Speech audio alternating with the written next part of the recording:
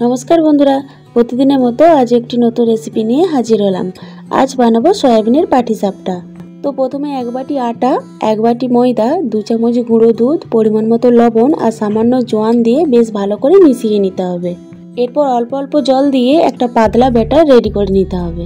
এরপর একটা পুর তৈরি করে নিতে হবে। তাতে দিতে হবে আগে থেকে ভিজিয়ে রাখা সয়াবিনকে জল ঝরিয়ে ছোট ছোট টুকরো করে কেটে নিতে হবে।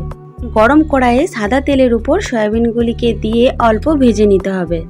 এরপর একসাথে সবজিগুলি দিয়ে দিতে হবে। তাতে দিতে হবে গাজর, ক্যাপসিকাম, পেঁয়াজ, কাঁচা লঙ্কা আর ধনেপাতা।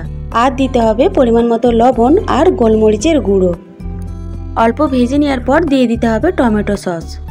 সয়াবিনের পুর তৈরি। এবার একটা তাওয়াতে অল্প তেল ব্রাশ করে আগের থেকে তৈরি করে রাখা ব্যাটারটিকে অল্প অল্প করে দিয়ে তাওয়ার মধ্যে পাতলা করে মিলিয়ে নিতে হবে। এরপর ঢাকা দিয়ে কিছুক্ষণ রেখে দিতে হবে। এক পিঠ হয়ে এলেই দিয়ে দিতে হবে সয়াবিনের পুর। পাটিসাপটার আকারে মুড়ে নিলেই চালের গুঁড়ো ছাড়াই সয়াবিনের পাটিসাপটা তৈরি। তো এইভাবে সয়াবিনের পাটিসাপটা বানালে যেমন নরম হবে, খেতেও দুর্দান্ত হবে।